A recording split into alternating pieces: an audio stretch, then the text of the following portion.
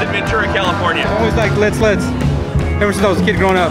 Because my dad growing up had a 52 Merc that was slammed and he shaved and everything, you know. And I sort of grew up around cars because my dad was a mechanic. And I just hung around the garage and him building motors and stuff, and I just got hooked on cars. And I came across this for a good price. It was a junker, so I picked it up and started fixing it up. It had the front had a Fat Man subframe. It's running a small block Chevy on a 350 turbo automatic trans, Ford 9-inch rear end, and the back has a Ford 9-inch rear end with parallel leaf springs with 4-inch Winfield blocks and airbags. Yeah, when I first actually got the car, I was wanting to go full nostalgia, but I built a full race flathead for it.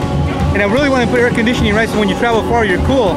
But friends of mine told me, oh, you're defeating the purpose of the flathead. It sucks away a lot of horsepower. So I sort of got upset. So I decided to I sold the motor to a friend of mine, the trans and the radiator, for like $2,700.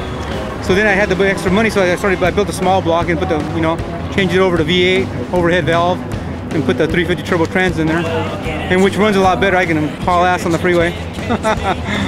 Yeah, with the back window, yeah. Because when I was chopping it, I bought the 51 window unit sort of big, so it doesn't lay down right. So I put a 50 Merc back window, so I bought the glass brand new in the rubber, but the frame I couldn't find one new, or because they didn't make them new, right? So I bought one from that guy called Mr. Merc before he sold his business. And I thought the frame was in good shape when I actually had it sandblasted and welded in the car. But come to find out, one of the corners is a little bit bent. So when I installed the glass in there, the rubber sticks up a little bit.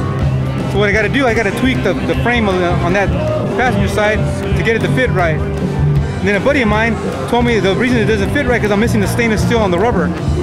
So what I got to do is pop the window back out and actually fit the stainless to the rubber into the window and then pop it back in the car, and everything should fit fine.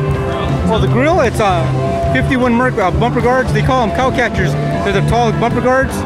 Is what I did. I cut them down and I made the center section myself and just welded it up. And I copied the idea from a friend of mine. He's a customizer, Gene Winfield. He had a Merc in the 50s with the same grill. No, by no means it's finished. I still got to round the hood corners, as you can see, front and back. And I still got to make a new lower pan for it. Without the ribs, I'm going to make it smooth. And I still got to round the bottom of the door corners.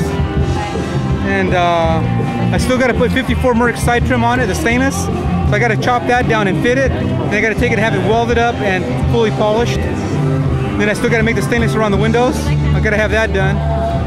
And I still got a poster. That's about it. Yeah. A lot of people, they walk to the back of my car, and I'm running 52 Lincoln Capri taillights, and a lot of people think it's stock that way. But they'll look, like a girl, for instance, she'll say, "Look, honey, look how pretty the taillights," and they'll think they're stock. And they'll ask who owns the car, and I'll tell me, well, these taillights come with the car. And that's another 52 Lincoln. I modified the quarter panel to fit that taillight. But a lot of people think it's stock that way, you know. And a few people think the top is stock. You know, they don't know about old cars apparently, and they don't realize I chopped the top on it. No, it's not a daily driver, it's just like a weekend driver. I just mostly go to shows and then or whatever, or on a weekend when me and the wife aren't doing nothing, we'll put it around town. Not really. I just call her my baby. That's about it. Yeah. Matter of fact, I did lose a hubcap. The second year I went to Paso Robles, it was 2002, I believe, and it was right before I chopped it. I was coming back and we stopped, I believe, in Santa Maria, before Santa Maria, to put gas because I was running low on gas. So that guy from ZZ Top, Billy Gibbons, I met him at the gas station. He was coming out as I was going in, and I go, "Hey, aren't you Billy Gibbons?" And he says, "Yeah." And he goes, "Is that your Merc out there?" And I said, "Sure." He goes, "You mind if I get some pictures?" And I said, "Sure." So he ended up squatting down by that same hubcap that flew off on this, for the front driver's side or passenger side. And I got a couple pictures of me with him and my wife with him. And then anyway, we got back on the freeway, and I'm flying on the Santa Maria Bridge there. Before you know it, boom, there goes my hubcap, gone. And right before you got to the end of the bridge, you know.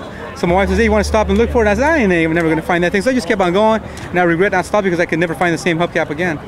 It's a rare crossbar. Instead of having 4 bars, it's a tri-bar, 3 bars. But I still have the 3 new ones at home, and I'm missing one. I went back one time, about a year later, and I could never find it. So I just gave up. The most pleasure I get out of it is when I go to a show and people really enjoy seeing the car and the work I put into it. And they go, "Hey, check this out and this out," you know, and it sort of gives me satisfaction. Yeah, I do want to open up my own shop, but right now I'm just working out of my garage doing cars for friends, or like Frenching headlights, shaving door handles, trunks, whatever, French custom antennas, stuff like that, and just small stuff. And this is the first job I've done on a car. I did one when I went to body school, but this is the first job I've done actually for myself. And I want to chop my 54. I'm building a 54 for my wife right now. I'm gonna chop that next. No. The wife says she's into what I'm into, so she don't mind. No, she doesn't. She just lets me do it. She stays in the house, and I stay in the garage. But she enjoys it though. Probably within the next 2-3 years, I'll finish it up. But I want to make sure the body's perfect, every gap's perfect. I want to make sure everything's fit before I actually blow it apart and paint it. Yeah, well during that, once I get my 54 actually rolling, I'm going to take this apart and actually really do it right. I mean, like I tell you, all the gaps got to be perfect. Everything has to fit flush. I want everything like almost perfect. The mod was the most difficult was a chop top. But I had help from friends of mine. Gene Winfield, I got a video from him, a friend of mine. Paul Bragg, a customizer out of Paso Robles.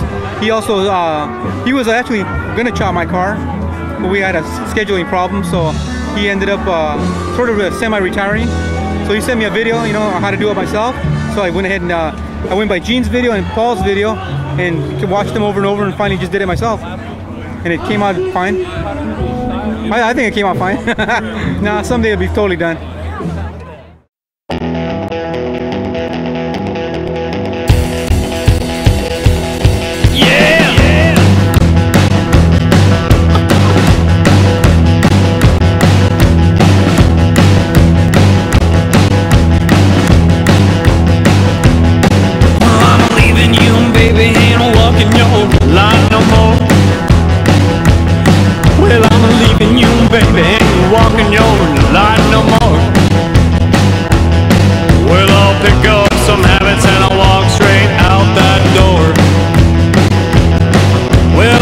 Downtown, pack of smokes and Jerry rum.